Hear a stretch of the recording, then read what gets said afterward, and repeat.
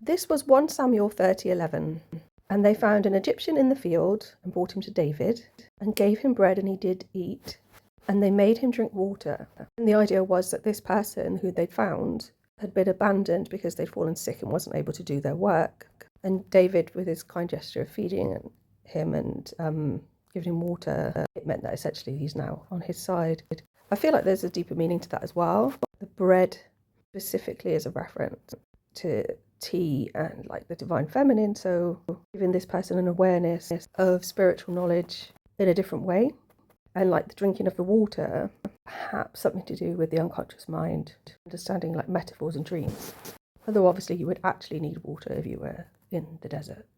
It does look a little bit like a face, someone with just one eye. There's lots of sort of orange and yellow, so like desert but also heat. There's just some sort of like scratchings here. I can't really make out like a specific shape. One part does look a bit like a fish near the top with its mouth open, but there's this sort of like wispy ethereal bit going over the top, like the spirit.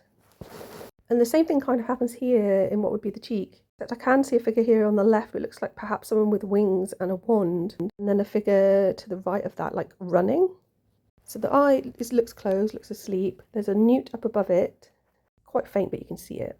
Then there's what looks like an animal with outstretched, its front limbs outstretched. I guess that would be a bit sphinx-like. And then below that, either a feather or the wing of a bird. So you can see at the bottom of this is where there was that figure I said looked like someone with wings and a wand. Up above that, possibly 2 butterflies. There looks right at the top like a seahorse in like a creamy colour.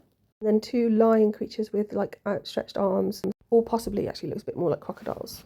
There's this thread that goes all the way around from like the neck all the way to the front of the face, but the mouth isn't open or hardly is present. I was trying to think what those creatures look like, and I actually think they look a bit like locusts, some kind of insect, or crickets. I've just googled that. So it mentions in Leviticus, locusts, crickets, and grasshoppers. Any other winged insects are considered unclean.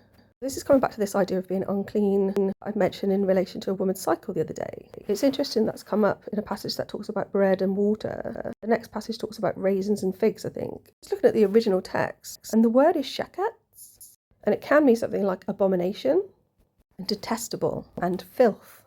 But I also read it's associated with an idolatrous object, or the idea of idolatry. And given that there are references in other parts of the Bible, you shall have no other gods before me, indicating that there are other gods, just didn't want you to worship them. So are these filthy crickets and locusts symbols attached to another god? Apparently grasshoppers were associated with Apollo. Who knows? Thanks for listening.